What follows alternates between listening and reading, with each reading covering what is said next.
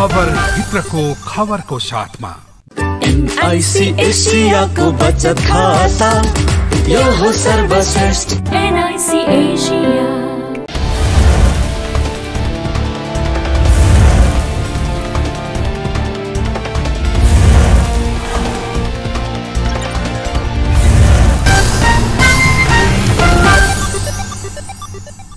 नमस्कार।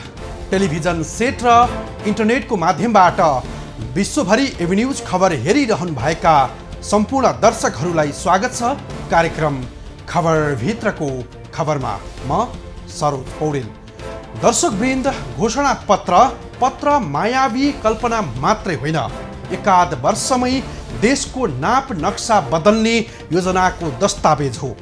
यही मुलुक निर्माणको दस्तावेज प्रति विश्वास गरेर 2074 को प्रतिनिधि सभा र प्रदेश सभामा जनताले मतदान गरे, तर दलले जनताको विश्वासमाथि कुठराघात गरे। निर्वाचन जितेर मोज मस्ती गरे, तर मुलुक 5 वर्ष यता व्यथिति, कुशासन र भ्रष्टाचारको दलदलमा फस्यो।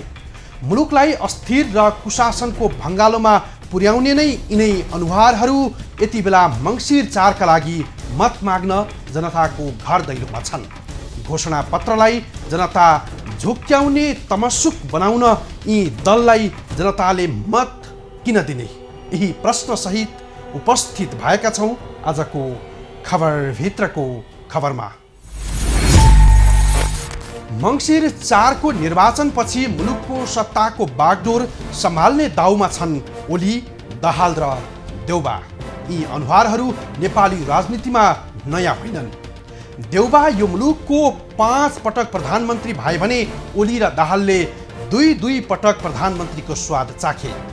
देशमा सुशासन र समृद्धिको सपना बाँडेर मुलुकको कार्यकारी तहमा पुगेका यिनीहरूले बाँडेका आश्वासन त पुरा भएनन् नै, तर उनै अनुहारहरू फेरि कार्यकारी तहमा पुग्ने गरी जनता झुक्क्याउनै उनीहरू सफेद झुट बोलिरहेका छन्।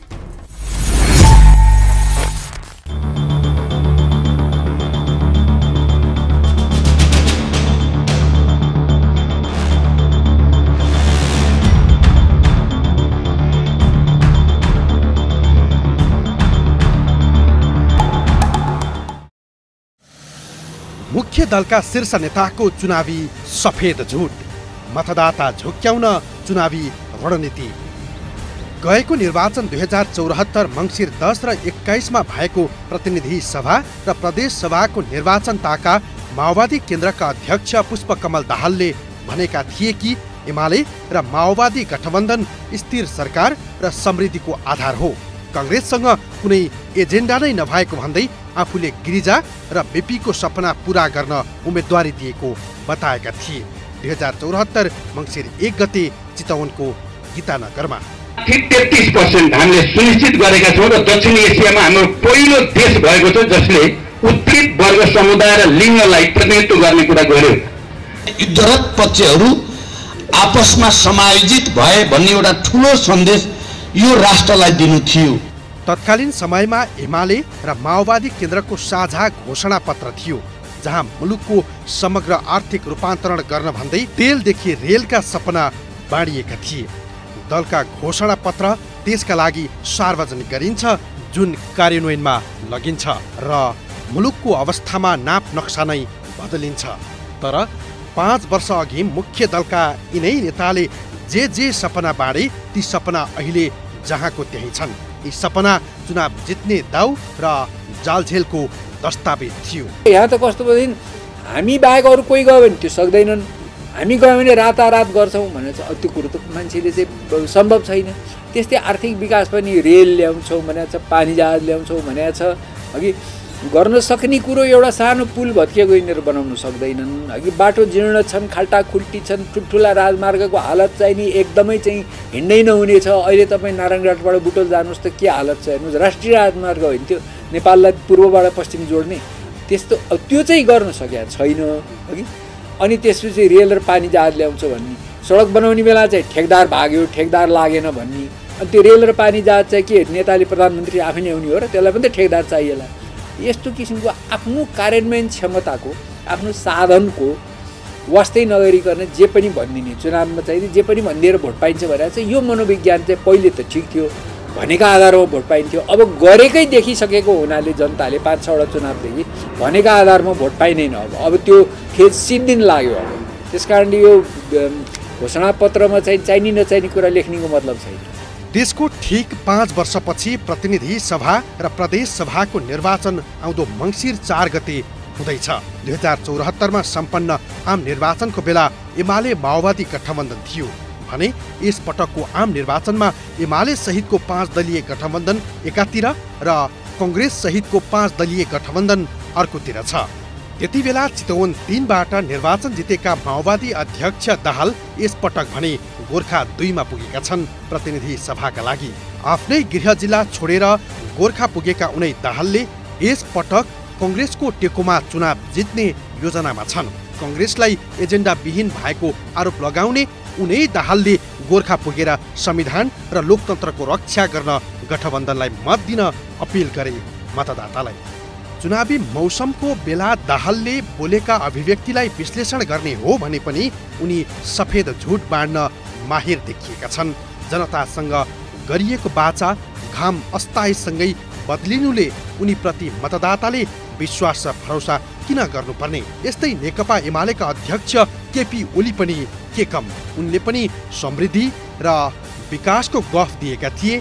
राज बनाउन चाहन्छौँ, देशमा भ्रष्टाचार समाप्त पार्न चाहन्छौँ, देशमा माथिबाट भ्रष्टाचार गरेन भने भ्रष्टाचार रोक्न सकिन्छ, भ्रष्टले भ्रष्टाचार रोक्न सक्दैन। त्यसकारण हामी माथिबाट भ्रष्टाचार रोक्छौँ।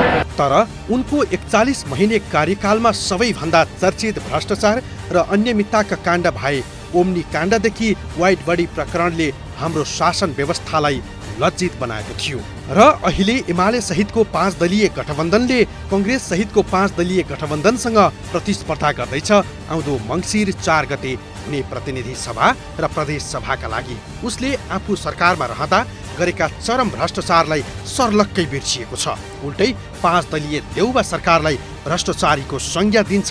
गठबन्धनको कारण देश बर्बाद भएको आपत्तिजनक अभिव्यक्ति दिएका छन् चुनावी कार्यक्रममा उनै ओलीले पनि। यति धेरै सङ्घर्ष गरेर संविधान आएर कार्यान्वयन हुँदैछ, यस्तो बेलामा हरेक सचेत नेपालीले सहयोगी हुने पर्ने ठाउँमा यस प्रकारका क्रियाकलापहरू अत्यन्त प्रतिकूल हुन्। यस्ता क्रियाकलाप गैर जिम्मेवार र उनले छोड्नुपर्छ। यस्ता क्रियाकलापमा हामी गर्न हुँदैन र यस्ता कुराहरूलाई उहाँहरूले गरेको होइन, अरू कसैले हो भने पनि यो ग्राह्य हुँदैन, यो स्वीकार्य हुँदैन र यो रोक्नुपर्छ। सम्बन्धित पक्षलाई पनि म भन्न चाहन्छु रोक्नुपर्छ र सरकारलाई पनि भन्न चाहन्छु रोक्नुपर्छ। सरकार प्रभावकारी ढङ्गले कर्मचारी ओली दाहालको प्रेम एकाएक झाङ्गिएपछि कांग्रेस सभापति डराएका थिए। 2074 मङ्सिरको निर्वाचनमा वाम गठबन्धन गरेर कांग्रेसलाई देशभरबाट हराउने योजना सहित अघि बढेका थिए एमाले माओवादी। त्यति बेला दाहालले भने अनुसार 50 वर्ष कम्युनिस्टहरूले शासन गर्ने भएकाले वाम गठबन्धनलाई मत दिन भनेका थिए। त्यति बेला चुनावमा कांग्रेसलाई साइजमा राख्ने योजना बनाएको तत्कालीन वाम गठबन्धन प्रति कांग्रेस सभापति शेरबहादुर देउवाले कडा टिप्पणी गरेका थिए। तर यति बेला उनै भाग्यमानी नेता देउवा प्रधानमन्त्री छन्। उनैको नेतृत्वमा प्रतिनिधि सभा र प्रदेश सभाको निर्वाचन हुँदैछ। उनकै नेतृत्वमा रहेको 5 दलीय गठबन्धनले देशभर साझा उम्मेद्वार उठाएको छ। वाम गठबन्धनबाट तर्सिएका देउवाले त्यति बेला कम्युनिस्टहरूले चुनाव जितेमा बाँच्न गाह्रो हुने अभिव्यक्ति दिएका थिए भने अहिले उनै कम्युनिस्टहरूसँग कुम जोडेर चुनावी मैदानमा छन्।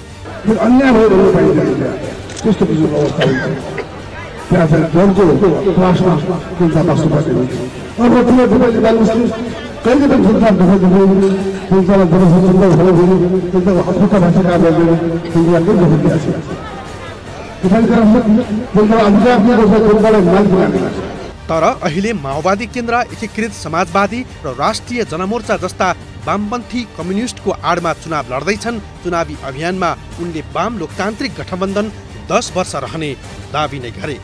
5 वर्ष यता राष्ट्रिय राजनीतिको दृश्य बदलिएको छ। हिजो देउबा विरुद्ध चुनावी मोर्चा गर्ने वाम शक्तिहरूमध्ये माओवादी केन्द्र, एकीकृत समाजवादी र राष्ट्रिय जनमोर्चा कङ्ग्रेसकै साथमा छन्। देउबाको पक्षधर्ता लिँदै एमालेलाई प्रतिगमनकारीको आरोप लगाइरहेका छन्। को प्रतिगमनकारी हो, को अग्रगमनकारी भन्ने कुरा जनताले बुझेकै छन्। उता एमाले पनि के कम सत्ताबाट गलहत्याइएको पिरलोले आक्रोशित छ। जे जसरी हुन्छ चुनाव जित्न उसले पनि कुनै कसर बाँकी राखेको छैन। पात्र फरक होलान् तर प्रवृत्ति उही छ।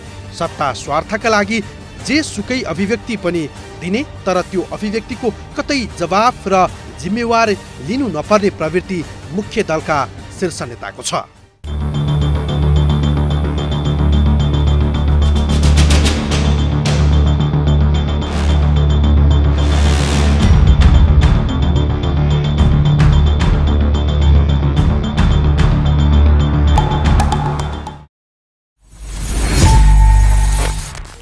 नैतिकता र इमान्दारिता राजनीतिको आत्मा हो, तर मुख्य दलका शीर्ष नेताले पटक पटक नैतिकता र इमान्दारिता लिलाम गरे, जनताको मतको अपमान गर्दै।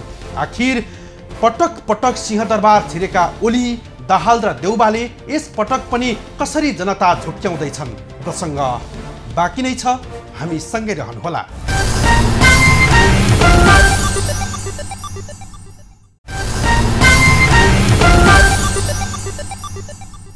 दर्शकवृन्द, यस अघिको निर्वाचनमा बोलेका बाचा पुरा गरेनन् नै। आफूले बाचा गरेका प्रतिबद्धता पुरा नगरेका मुख्य दलले 5 वर्ष घर झगडामै बिताए। संविधान कार्यान्वयनसँगै सुशासन र समृद्धिको सङ्कल्पसहित सिंहदरबार छिरेका ओली देउबाको कार्यकाल विकृति र व्यथितिको अध्याय बन्यो। दलीय स्वार्थका कारण 5 वर्षको यो अवधिमा मुलुक थिलथिलो बन्यो भने जनतामा आक्रोशको आगो नै बल्यो।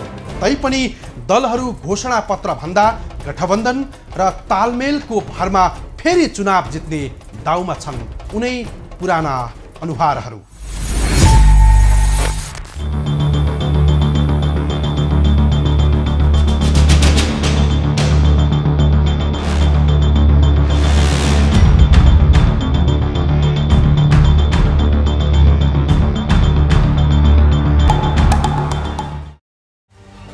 चुनाव त्यस्तो राष्ट्रिय महत्त्वको महाउत्सव हो जहाँ दलहरूले मुलुकको भाग्य र भविष्य निर्माण गर्ने दस्तावेज बनाउँछन् र बनाउनु पर्छ पनि। त्यही दस्तावेजको आधारमा मतदाताले मतदान गर्छन्। विगत लामो समयदेखि मतदाताले त्यसै गरी मतदान गरेका छन्। जनताको मत लिएर विजयी पनि भएका छन्। नेपालको निर्वाचनको इतिहासमा मतदाताले यिनै दलले सार्वजनिक गरेका घोषणापत्र हेरेरै मत दिएका थिए। तर जति पटक निर्वाचन हुन्छ त्यति पटक दलका उम्मेदवारले सार्वजनिक गर्ने घोषणापत्र भने घोषणामै थन्किए। पहिलो पटक 2074 मङ्सिरमा भएको प्रतिनिधि सभा र प्रदेश सभाका लागि दलका उम्मेदवारले घोषणापत्र सार्वजनिक गरेका थिए। स्थायित्व र समृद्धि उनीहरूको अर्जुन दृष्टि थियो लेखोटमा। तर 5 वर्षलाई मतदाताले फर्केर हेर्दा मुलुकको अवस्था भयावह छ। राजनीतिक अस्थिरता र आर्थिक सङ्कटको चौबाटोमा मुलुक फसेको छ। यस्तो बेलामा मुलुकमा निर्वाचन भइरहँदा दलहरूले उही पुरानै घोषणापत्र त कार्यान्वयन गरेनन् नै।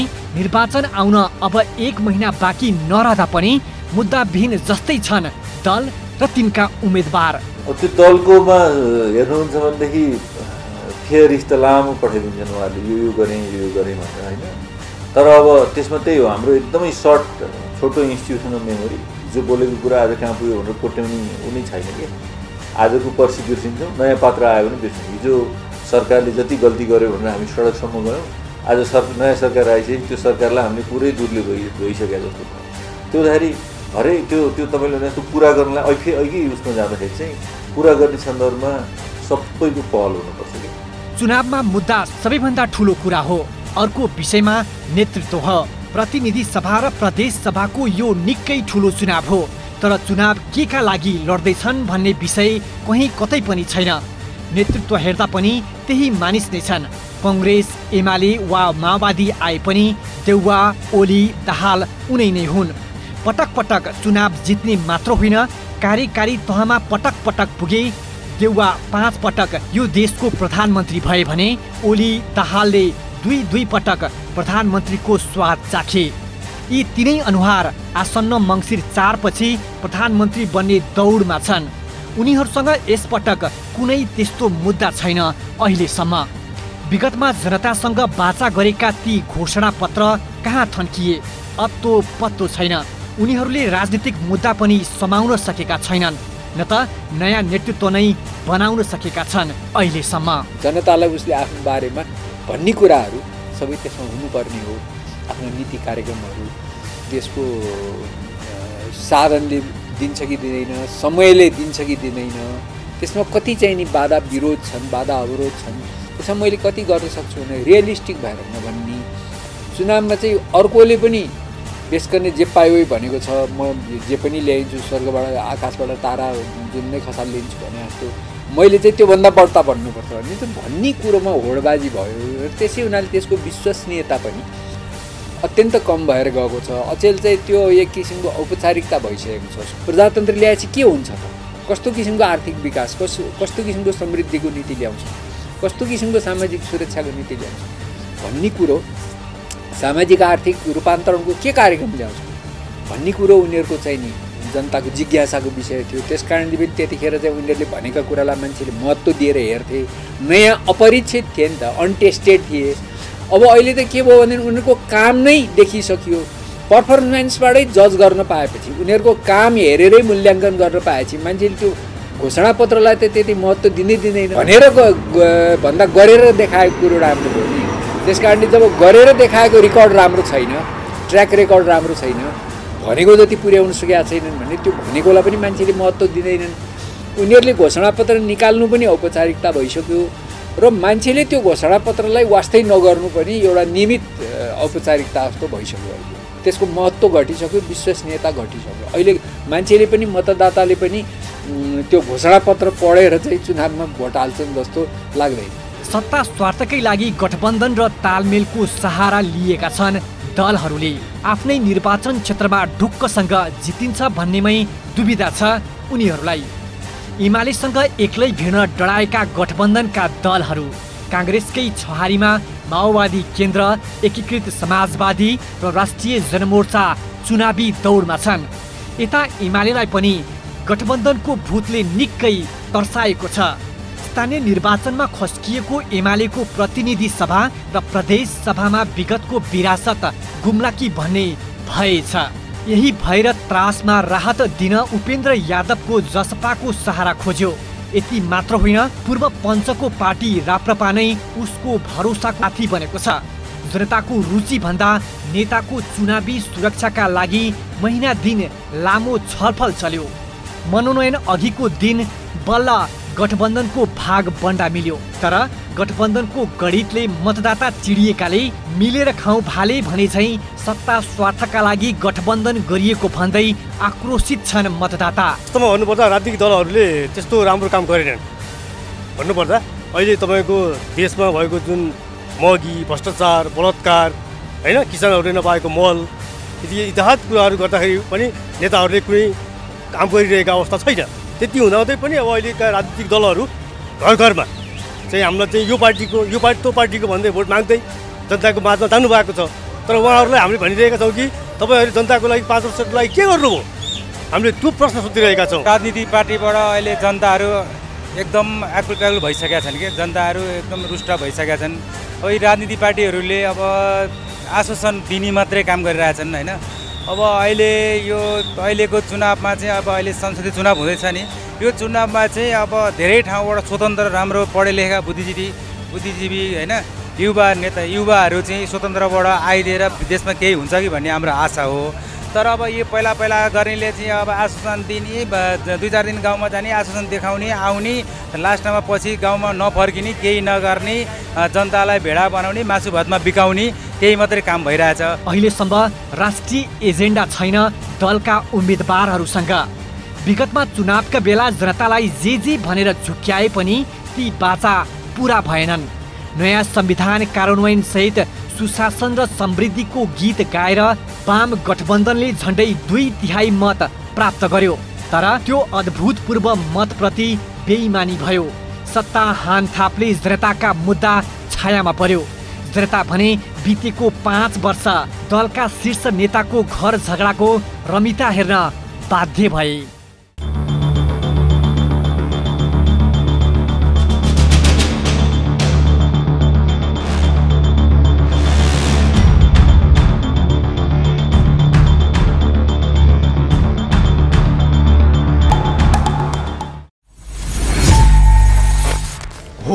यिनै दलका नेता र अधिकांश सांसदहरू हुन् जसले 2074 सालको निर्वाचनमा जनताको घर दैलोमा पुगेर 5 वर्ष जनउत्तरदायी भएर काम गर्छौँ भन्दै कसम खाएका थिए। तर जनतासँग जे कसम खाएका थिए ती घोषणापत्र रद्दीको टोकरीमा थन्काएर आफ्ना नातागोता पुस्न र सम्पत्ति जोडजाममै जुटे यी अनुहारहरू। अहिले उनीहरू र तिनै अनुहारहरू उस्तै गरी जनता झुक्क्याउँदैछन्। जनता झुक्क्याउने यिनै मुख्य दलकै कारण मुलुकभित्र सिर्जित व्यथितिले मुलुकको सुशासन र समृद्धिको सपना तुहियो। थप प्रसङ्गसहित उपस्थित हुनेछौँ, तर एकैछिनको विश्रामपछि।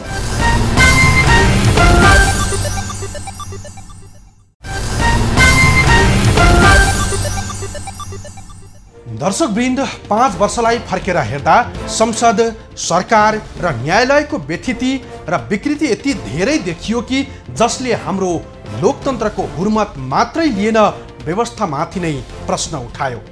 5 वर्षे कार्यकाल भएको प्रतिनिधि सभा दुई पटक विघटन गरियो। संविधान मिचेर स्वेच्छाचारी शासन चलाए एमाले अध्यक्ष केपी ओलीले।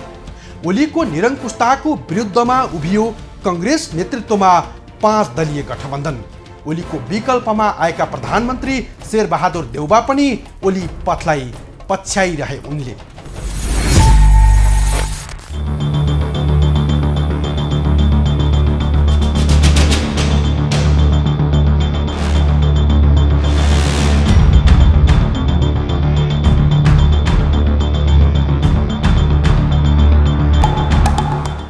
दुई 2074 को प्रतिनिधि सभा र प्रदेश सभा निर्वाचनमा जनताको मतबाट यिनै मुख्य दलहरू चुनिए।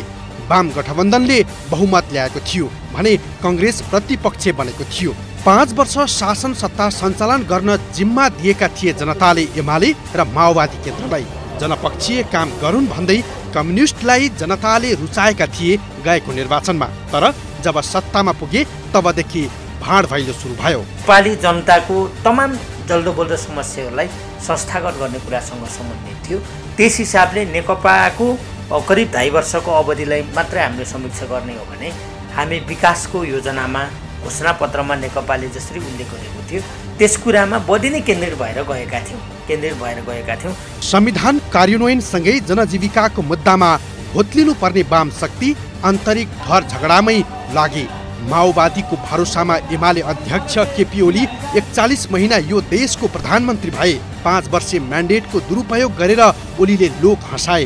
दुई पटक संसद विघटन गरेर संविधानको हुर्मत मात्रै लिएनन्, आफूलाई सत्ताको सर्वा झैं गरी राज्यका मुख्य अङ्ग नै कब्जा गरे। ओलीको त्यो स्वेच्छाचारीले संविधान र व्यवस्था नै नरहला भन्ने अवस्था निम्तियो। यसको भित्री कारण माओवादी अध्यक्ष पुष्पकमल दाहाल र माधव कुमार नेपालको पदीय लोभ लालसा र कुण्ठा पनि उत्तिकै थियो। संसदको ठुलो दल एमाले छिन्न भिन्न भयो। 5 वर्षको अन्तरालमा माओवादीका केही हस्ती ओलीको सहारा खोजे भने मधेस केन्द्रित दलहरू टुटफुट र विभाजित भए। संसदलाई छलेर ओलीले अध्यादेश जारी गरे। ओलीकै पथमा देउबाले उही कार्यशैली अपनाए। विधि र पद्धति भन्दा भागबण्डा मिलाउन र जुटाउनकै लागि कांग्रेसको नीति विचार भन्दा वामपन्थी विभाजनको मौका छोपेर कांग्रेसलाई तङ्ग्र्याउने रणनीति बनाए। उनको रणनीतिकै कारण स्थानीय तहमा कांग्रेस धेरै ठाउँमा विजय भयो। सत्ताको बागडोर सम्हालेका उनै देउबा भने अझै संविधान र व्यवस्थाको त्रास देखाउँदै आएका छन्। आइतबार कैलालीमा गठबन्धनको कार्यक्रममा मुलुक गम्भीर अवस्थामा पुगेको भन्दै त्रासको अभिव्यक्ति दिए देउबाले। अहिले नेपाल अत्यन्तै महत्त्वपूर्ण मोडमा उभिएको छ। कता जाने नेपाल, कता जाने देश, कता जाने संविधान भन्ने कुरा एउटा क्रसरोडमा उभिएको छ नेपाल। त्यसैले यो 7 सालदेखि लड्दा ल्याएको संविधान सभा मार्फत बनेको संविधान गणतन्त्रात्मक सङ्घीय शासन प्रणाली जो स्थापना भएको छ, त्यो स्थापनालाई यसलाई बचाउनका लागि सुदूरपश्चिमको एकता आपसमा जरुरी छ। जनताको मत लिएर शीर्ष नेतृत्वले सरकारको नेतृत्व गर्यो पटक पटक। यति बेला उनै 5औं पटक देशको प्रधानमन्त्री भएका देउबाले आइतबार यस्तो अभिव्यक्ति दिए कि जहाँ उनको अभिव्यक्तिको सन्देश थियो देश गम्भीर अवस्थामा पुगेको छ, मुलुक बनाउने जिम्मा लिएकाहरूबाटै यस्तो अभिव्यक्ति किन आउँछ पटक पटक। नाच्न नजान्ने आँगन टेढो भने झैँ सत्ता सञ्चालनको ढङ्ग नपुर्याउने तर संविधान र व्यवस्थाको भूत देखाएर किन गैर जिम्मेवार बन्छन् यी शीर्ष नेताहरू। केही सीमित व्यक्तिका मनलाग्दी निर्णय र आदेशमा मुलुकको शासन चल्ने गरेको छ। धेरै परको उदाहरण लिनै पर्दैन, गत चुनावलाई मात्र सम्झे पनि पुग्छ। त्यो चुनावमा एमाले र माओवादी केन्द्रले गरेका बाचा कहाँ पुगे पनि के अरे पल्लो घरको काङ्ग्रेस छ भने म एमाले हुन्छु हैन, मेरो र उसको दुश्मनीको कारणले ऊ एमालेमा गयो भने म काङ्ग्रेस हुन्छु भन्ने प्रकारले जुन हाम्रो बहसहरू छ गाउँघरतिर, त्यो अवस्थाले गर्दाखेरि पनि उहाँहरू चाहिँ एउटा प्रतिबद्धता पेश गरिदिने, प्रश्न गर्ने मान्छे पनि हुँदैन, त्यसलाई धेरैले पढाइ पनि हुँदैन र धेरै चाहिँ पुरानै कपी पेस्ट पनि गरेर चाहिँ अगाडि बढिदिने चलन चाहिँ भएको कारण चाहिँ त्यो प्रश्न गर्ने हाम्रो एउटा निरन्तर प्रश्न गर्ने, आवाज उठाइरहने एउटा संस्कारको कमीले गर्दाखेरि त्यस्तो भइरहेको छ। तर धेरै मास त अब पढे लेखेको छु भन्ने क्लेम गर्ने मासले त फेरि त्यसरी त हेरिरहेको छैन होला। उसले त एउटा उसको कुनै एउटा क्यान्डिडेटको दिनन्दिनीदेखि लिएर सबै कुरा, उसको रहन सहन, उसको बोलीचाली सबै हेरेर भोटाइरहेको हुन्छ होला। त्यो सन्दर्भलाई हेर्दाखेरि त प्रतिस्पर्धा नै गरिरहेका छन् भन्नुपर्ने। ओलीको स्वेच्छाचारीको विकल्पमा देउबा नेतृत्वमा 5 दलीय गठबन्धन बन्यो। दाहालले ओलीको साथ छोडे भने माधव नेपालले आफूले 15 वर्ष नेतृत्व गरेर निर्माण गरेको पार्टी एमाले नै छोडे। ओलीकै आरिसमा उनले देउबालाई मुलुकको प्रधानमन्त्री बन्नका लागि मात्रै सघाएनन्, देउबाकै लागि आफ्नै पार्टी टुक्रा टुक्रा बनाए। नीति र कार्यक्रमको त कुरै छाडौँ, न पार्टी एकता जोगाउन सके न सरकार नै। आफ्नो नेतृत्वमा विवाद भएपछि ओलीले संविधान विपरीत प्रतिनिधि सभा नै दुई पटक विघटन गरे। अदालतले उनको निर्णय गलत साबित गर्यो, तर उनी नैतिक आधारमा नेतृत्वबाट अलगिनुको साटो चुनावमा फेरि पनि डिङ घाँकिरहेका छन्। अबको संसारमा ओलमा चाहिँ प्रोडक्टिभिटी र इफेक्टिभिटी चाहिँ तपाईँको एकदमै धेरै खोजिन्छ, रिजल्ट खोजिन्छ नि त, परिणाम चाहियो नि त होइन। हामी अहिले त फेसबुकमा फोटो हाल्छौँ, हामीलाई 1 मिनटमा कति लाइक आयो भनेर हामीलाई अहिले परिणाम चाहिएको छ, लभ रियाक्ट कति होइन, त्यसपछि केयर रियाक्ट कति भनेपछि त्यो परिणाम खोज्ने युगमा चाहिँ अहिले जो 20औं वर्ष 30औं वर्षदेखि संसदमा गएका छन्, मुस्किलले 5 वर्षमा एकचोटि बोलेका छन्। भत्ता चाहिँ अब हरेकचोटि लिने तर संसदमै नजाने होइन, जाँदाखेरि पनि हामीले हेर्दाखेरि पनि हाई गरेर आएको, सुतिरहेको, मोबाइल चलाइरहेको, त्यो हेर्दा पनि त्यो मजै नआउने कि मलाई रिप्रेजेन्ट गरेर आएको मान्छे उहाँ हो, मैले भोट हालेर होइन पुराको मान्छे उहाँ हो भन्दाखेरि त्यो मजा नआउने एउटा जुन अवस्था छ। तपाईँको प्रश्नमा जस्तै उहाँलाई फेरि जिताएर म कुनै औचित्य देख्दिनँ। त्यही भएर अब एभाइलेबल मध्ये उचित विकल्प लोकतन्त्र भने चाहिँ बेस्ट छ भने बेस्टलाई रोज्नुहोस् होइन, एभाइलेबल मध्ये बेटरलाई रोज्नुहोस्, यदि सबै खराब छन् भने कम खराबलाई रोज्नुहोस्। नेतृत्व भनेको सार्वजनिक उत्तरदायित्वको पद हो। एकपटक त्यो उत्तरदायित्वमा चुकेपछि फेरि दोहोर्याएर मौका पाइन्न। तर नेपालमा केही मुठ्ठीभर नेताले राजनीति कब्जा गरेका कारण पटक पटकको असफलताका बावजुद घुमिफिरी उनीहरूकै सत्ता बहार छ। गत चुनावपछि पार्टीमा सबैभन्दा बढी बाँड भैलो गर्ने केपी ओली, पुष्पकमल दाहाल, माधव नेपालहरूकै ठुलो स्वर सुनिन्छ यो चुनावमा पनि।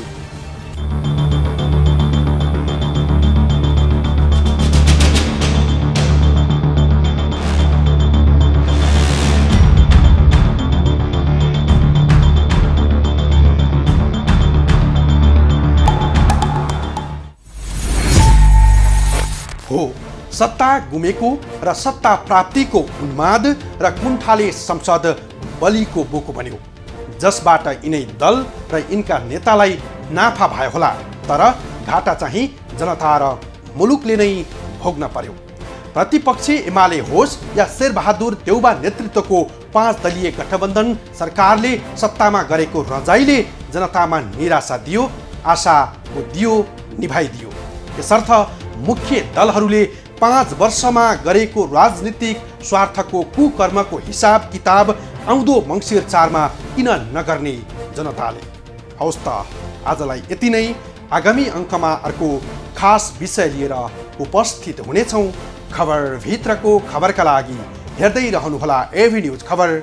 नमस्कार।